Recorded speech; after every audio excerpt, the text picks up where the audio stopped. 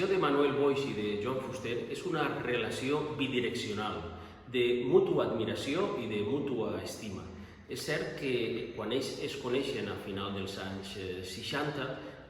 un encara és molt jove i l'altre ja no és tan jove i per això moltes vegades fa de mestre ideològic i de mestre de pensament. Però ja en l'any 71 comencen meravelles plàstico-literàries com aquella de Lligat i Lacrat. Lligat i Lacrat és una obra plàstica que té un text de 8 pàgines de Joan Fuster i 8 serigrafies del trio Boix, Heras, Armengol. És una de les iniciàtiques obres en les que treballen conjuntament i que, en el cas de Manuel Boix, amb la relació amb Joan Fuster, esdevé a poc una relació més forta i esdevé també la possibilitat que el mateix Joan Fuster escrivira llarga, extensament, profusament i d'una manera molt excelsa sobre l'obra de Manuel Boix, en el que van ser els 3 assaigs sobre Manuel Boix de Vicent Aguilera Cerny, de Joan Fuster i de Josep Palacios. Entre els milers de fotografies i de retrats pictòrics, dibuixos que se li van fer a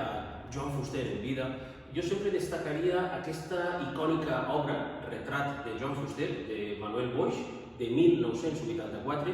un carbonet i oli sobre tela de 1,5 per 1,5 que molta gent ha arribat a confondre en una fotografia, tot i tindre aquest trompe-l'œil,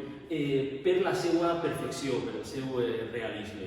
Crec que agarra l'essència de Joan Fuster com a persona, òbviament és el seu físic,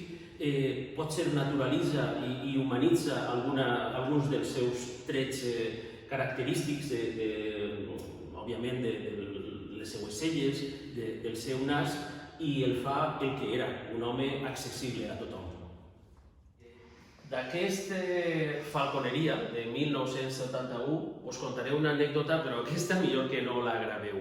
perquè aquest és un regal de Manolo a Joan dels anys 70,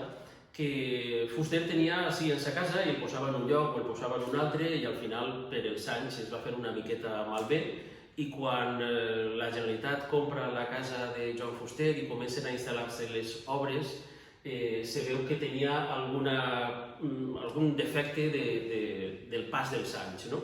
I qui estava en aquell moment al front de Casa Fuster li ho ensenya a Boix per tal que li retoqui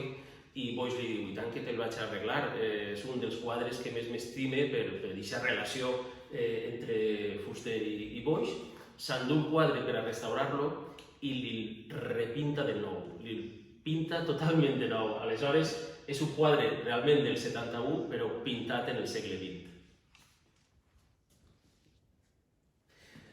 Si voleu, comencem amb el zoom d'Ausiàs March, una miqueta per il·lustrar que Ausiàs March no solament el coneixem per els seus poemes, que òbviament és allò veritablement important, sinó que el coneixem mitjançant la mirada de Manuel Boix, que es pot ara veure així, en l'espai Fuster. Trobo que Boix ha il·lustrat tot el segle d'or valencià, òbviament des d'Ausiàs March fins al magnífic Tirant lo blanc de Jonot Martorell, que també així hi ha un exemplar. I és important veure aquest detall d'Ausiàs March sobre les aigües. De la mateixa manera que Joan Fuster escriu per a l'obra plàstica de Manuel Boix pinta, dibuixa, modela, esculpix per a els textos, per a els versos, en aquest cas, de Joan Fuster. 40 anys després de la primera edició de Terra en la boca, tingué lloc aquesta reedició, l'any 1993, un any després d'haver faltat Joan Fuster, que va il·lustrada no amb dibuixos a l'ús, diguem-ne a l'aquarela, a la tinta xinesa, sinó que va il·lustrada amb 9 fantàstiques escultures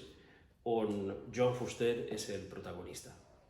Aquesta, per exemple, és del poema Aquell infant que jo vaig ésser, on es veu clarament el xiquet, aquell infant que jo vaig ésser com a Joan Fuster de xicotet.